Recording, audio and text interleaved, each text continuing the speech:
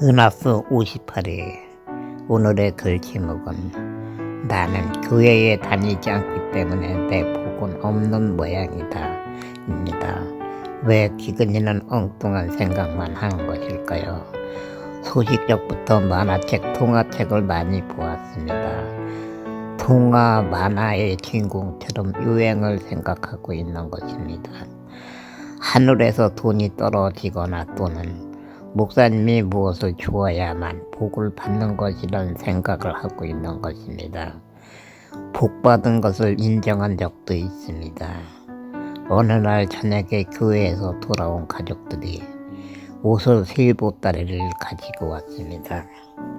이 옷은 미군이 어려운 사람에게 나눠주라고 교회에 보낸 것인데 목사님이 나눠준 거야 하고 누나가 말하자 참으로 하나님의 축복이지 이렇게 좋은 옷을 어디서 구하겠어, 하나님이 우리 가정에 주신 복이야 하고 어머니는 말합니다.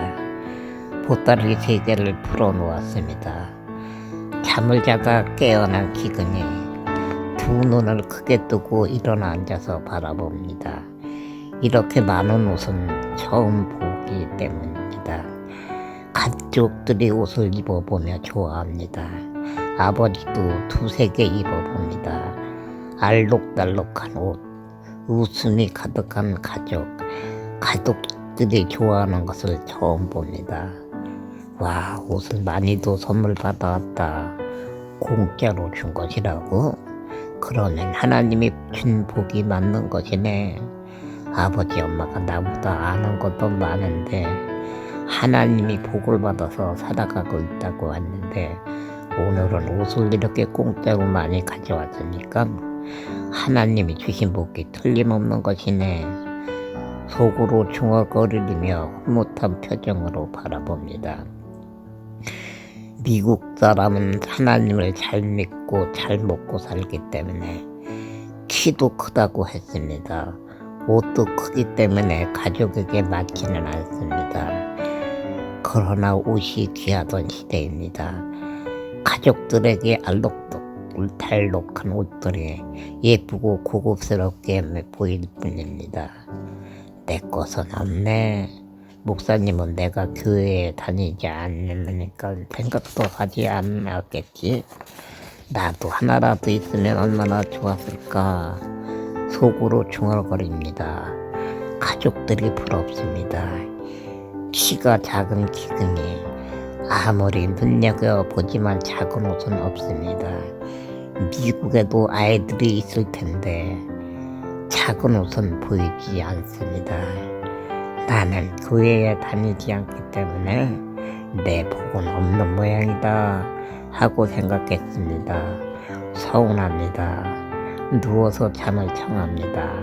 하나님을 생각하고 옷을 생각하다 잠이 듭니다. 하나님이 진짜로 있는 것 같기도 하고 없는 것 같기도 합니다. 성경은 바로 하나님 말씀이야. 이 속에 하나님이 살아계셔 하고 말하며 교회에 다니는 사람들은 성경을 귀히 여깁니다. 그러나 기근이 눈에는 책으로만 보이는 성경, 그날 밤도 기근이에게는 풀기 어려운 숙제일 뿐입니다. 믿으면 되는데 왜 매일 의심만 하는 것일까요? 아주 깊은 상처가 있습니다. 어느 주일날 누나와 작은 형이 예배를 드리고 옵니다. 청소년이라 어른보다 일찍 예배를 드리고 온 것입니다. 그런데 어린 아이 한 명이 쫄랑쫄랑 따라오고 있습니다. 목사님 아들이야. 누나는 말했습니다. 목사님 아들이라는 말에 호감이 갑니다. 청우를 나눌 친구가 없는 기근이 목사님 아들이면 마음이 착하겠지. 나하고 친구가 되면 참으로 좋겠다 하고 생각했습니다. 목사님의 아들이면 다른 아이들과 분명히 다를 것이라고 생각을 했습니다. 반가움에 미술을 머금고 바라봅니다. 왜 호감을 아는 것일까요? 목사님과 한 번도 대화를 나누어 본 적은 없지만 목사님에게 이상하게 정감을 느끼고 있었기 때문입니다. 그 정감을 아들에게 찾고 싶은 것입니다. 목사님은 하나님 종이라 똥 오줌도 싸지 않을 거야. 사람에게 욕도 하지 않을 거야. 나도 목사님하고 한 번만이라도 말해보고 싶다 하고 생각을 했습니다. 목사님은 하나님 종이란 무언가 특별한 것이 있을 것이란 생각을 한 것입니다. 사람들이 자신을 이상하게 보고 이상한 말을 해도 목사님은 호호호 하고 듣기 좋은 웃음을 웃은 후 방으로 들어가고 했습니다.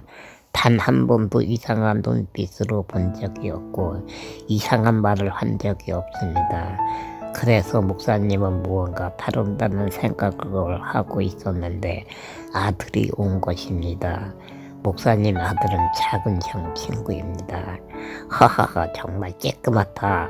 얘 너는 걸을 수 있니? 하하하 웃기게 생겼다. 하하하 기근이는 후들짝 놀랍니다. 다른 사람과 달라도 너무도 다릅니다. 다른 아이는 이상한 말을 하면서 놀리기만 했는데 목사님 아들은 웃겨 죽겠다고 합니다. 얼마나 창피하고 부끄러웠는지 모릅니다. 누나와 작은 형도 많이 민망해 했습니다. 다음 주일날 집에 혼자 있는 기근이 마당에 앉아 있었습니다. 깜짝 놀랍니다. 목사님 아들이 또 온 것입니다. 기근이를 보려고 일부러 온 것입니다. 또 올 것이라는 생각은 하지도 못했는데 불의의 습격을 받은 것입니다. 하하하 애 좀 봐. 신기하게 밖에 나왔네. 하하하 걷지도 못하는데 어떻게 나왔니?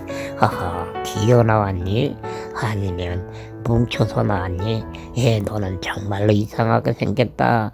걸어 다니지도 못하고 참으로 이상하게 생겼다. 하하하 기근이를 발견하고 뛰어온 목사님 아들 너무 웃겨 죽겠다고 합니다. 전혀 보고 싶지도 않은데 옆에 달싹 붙어서 놀리며 웃습니다. 그 당시에 큰 충격을 받았습니다. 이렇게까지 조롱하는 사람을 본 적이 없습니다. 이렇게까지 놀림을 당한 적은 없습니다. 그 당시의 아픔, 오랜 동안 가슴에 뭉어리로 남아서 괴로웠습니다. 목사님 가족은 몇 년 후에 미국으로 이민 갔다는 말을 들었습니다. 목사님 성함 이창섭, 아들 이름은 모릅니다. 목사님은 존경의 대상이었지만 아들은 낙이라고 생각했습니다. 어쩌면 목사님 이름을 말하는 것은 잘못인지도 모릅니다. 그러나 목사님은 천국에 가셨을 것입니다. 아들이 만일 이 동영상을 본다면 작은 마음이라도 담긴 댓글을 보내주었으면 좋겠다는 생각을 해봅니다. 목사님 아들로 인하여 받은 상처, 성인이 되어서도 지우지 못했습니다. 그리고 저는 복음 전도자가 되었고 그 후에 내려놓았습니다. 결론은 기근이는 어릴 적부터 하나님에 대하여 무척 궁금해했습니다. 성년이 되어서도 궁금했습니다. 예수님은 믿고는 싶었지만 믿어지지 않았던 것입니다. 목사님 아들도 많이 헷갈리게 했던 사람입니다. 엄마, 솔직히 말해봐. 진짜로 하나님이 있는 거야? 아니면 그냥 교회에 다니면서 하나님이 있다고 창피해서 말하는 거야? 청소년 때 어머니에게 질문한 적이 있습니다. 바보라는 말을 들을 것만 같아서 벼르고 벼르다가 물어본 말입니다. 하나님은 분명히 계시지. 저 하늘에서 오늘 우리를 지켜보고 있단다. 네 마음에도 내 마음에도 계셔. 지금도 우리를 지켜보시면서 잘 살도록 붙잡아 주시고 계시지.